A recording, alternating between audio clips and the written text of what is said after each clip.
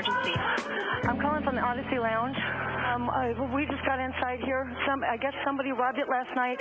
The graveyard bartender is on the floor in the back room. There's blood everywhere. Is he conscious? No, ma'am. I believe he's dead. Oh my God. So 407 at the Odyssey Lounge. So the pair found the bartender on the ground. We just got a call from 911. Bartender was found deceased at 7 o'clock this morning. I don't know much except that medical confirms there's a large amount of blood around his head. He's laying on the floor face down. Who found the body? It was the daytime bartender and then our relative. Jimmy, anything in his back pocket that you can feel? There's some papers back there. But no wallet. They probably took his wallet. Yeah. He's got a big, some kind of a gash to the back of his head. So all we know so far is obviously blunt force trauma to the back of the head. Okay.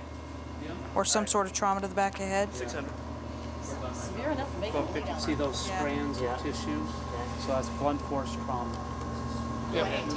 Jim, is there any other examination you want to do? So, Larry, with respect to the body, when we raised his shirt, there's a footwear impression, a herringbone pattern on his back, which is consistent with the herringbone footwear impression pattern that I saw in the bathroom.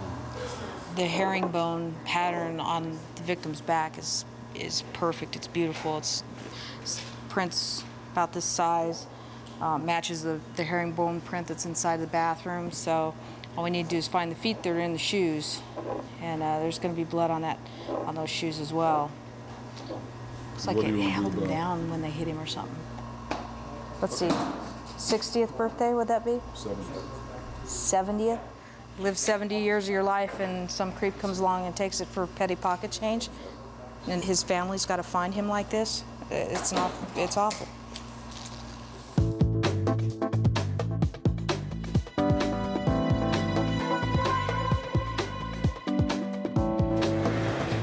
I really love about this place is the fact that it's 24 hours. Anything you want, anytime you want, it's available, and everything's always open, and they're waiting for you. So that's got to be one of the better things about living out here. Not called a pursuit, but he's following, waiting for a backup. Northbound, southbound. It is about medium. Speed about 55 miles an hour. 57 copy. We have a stolen vehicle. We have a stolen vehicle in another area command making its way towards our area command. So what we're going to do is we're going to go down farther south in our area command and see if we can get in front of the pursuit. Vehicle just ran a stop sign at Reno and Burnham. 7 copy. It is light. Speeds are about 50 miles an hour. Let's go. Acknowledge. Tell them we're on it. They're trying to put out spike strips. It's right here. It's right here. Stop. There he goes. There he goes. There he goes. Stop. Spike strip. Spike strip. Buzz out of this. Go. Tell him we got it. Tell him we got it. Patrol 3 Mary 23. We're behind the vehicle. We're westbound Tropicana, passing Paradise. Vehicle northbound Koval. Vehicle northbound Koval. They're pulling into the MGM. They're bailing at the MGM. By security units bailing at the MGM. Going into the parking garage. There's somebody in there. Get him. I got this guy. I got passenger. Passenger, let me see your hands. Let me see your hands. Please. 23, I have passenger.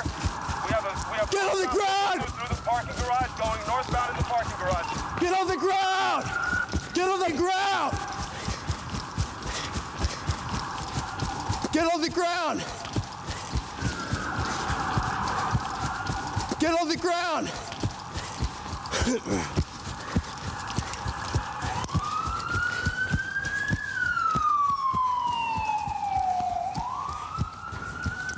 Get on the ground. Get on the ground now! Put your hands behind your back! Put your hands behind your back! Go, move, go. Okay, sir.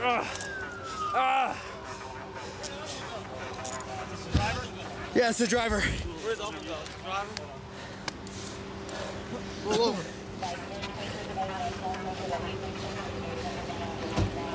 What? Just the two?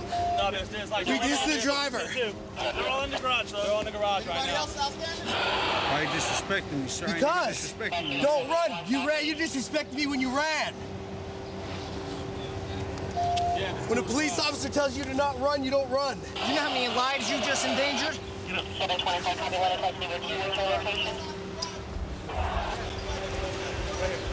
Calm down. You should have tried to run from me. You couldn't shake me. You tried, though, didn't you? Couldn't shake me, huh? Have a seat, man. Get in. Tried to shake me all that time. You couldn't shake me. So why even run, dude? Huh? I was right there behind you. Why even run? No reason, dude. No reason whatsoever. Why you guys? What? Why you guys good people? And I was minding my own business coming from a pizza place. Next thing I know, I got all you donuts behind my back, man. Well, why even run? You could have got some tickets, if that. 1304. Maybe, huh? You're in a stolen car, dude. What do you think, we're just supposed to turn around and leave? It's stolen. It's coming back stolen? No, it's not. Well, who are you? Johnny Mota. Nah, I don't believe that. Listen to me, okay? If you don't give us your name, we book you in as John Doe. You sit there for 2 months until we figure out who you are. Tell me how I can verify that money. Wasting my time, dog. I'm telling you that, man. Wasting my time, man. Let's go, man. Just take me, man. Let's go.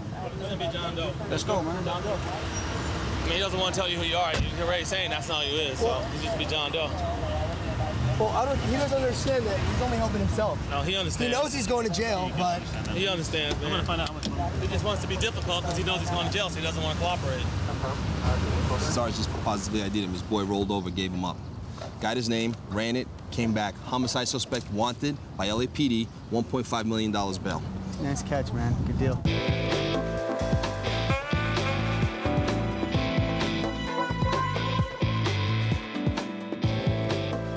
At about 8:20 this morning, they found that the graveyard bartender was deceased inside in what appears to be a robbery gone badly. This is from Swing Shift Bartender, right? Yes, ma'am. There was a guy in here, showed up first about a week and a half, 2 weeks ago. She thinks his name is Randy. He's a white male adult, early 30s, depending who you talk to, 5'8" to 5'10". He and his compadre, which is another white male, comparable description. Now, when they came in, they apparently brought with them a couple of beers. They had no money to buy drinks. They had no money for anything. Okay, so obviously those 2 beers were theirs. What we've got is 2 beers in a paper sack, and there's a prescription in there too. Well, the funny thing about that is that prescription was filled yesterday. Whoever got the prescription filled, you never know. These guys don't have any money, so they could have stole it from them. Hi, this is Detective Hendricks with Metro. How you doing, sir? I'm conducting a murder investigation, and it looks like the suspect may have left behind a prescription bottle. And according to the label, it was filled at your pharmacy yesterday. And I'm calling to see if I could get surveillance video of this guy picking his prescription up. Do you have access to the surveillance video? If I were to come by, you could help me with that? Okay, well, I'll be by there shortly then. Bye. We talked to one of the employees at the pharmacy, and they actually know this guy. We looked at the surveillance video, and the lady who worked at the pharmacy recognized him on the video. So we have a face now to go with a name. At least we know what face matches the prescription that was left behind at the crime scene. Hey, you still at the crime scene? Okay. Well, they know this guy out at the pharmacy, and he lives across the street, and we have him on surveillance video, so. Yep, white with bleach blonde hair, looks like a skateboarder type. Matter of fact, he even brings the skateboard in the pharmacy sometimes. Okay, well, we're heading back down there. I'll brief you when we get there. Good. Okay, see you there. Swing Shift Bartender said she received a call from a guy named Mario. Mario says that he was over here with his girlfriend last night they walked in about midnight, and that pretty soon a guy that he knows is crazy. This is going to be our Randy, what they call Randy, but he calls himself crazy. He says, hey, I'm crazy, you know, and if he knocks on the door, he goes, hey, it's crazy.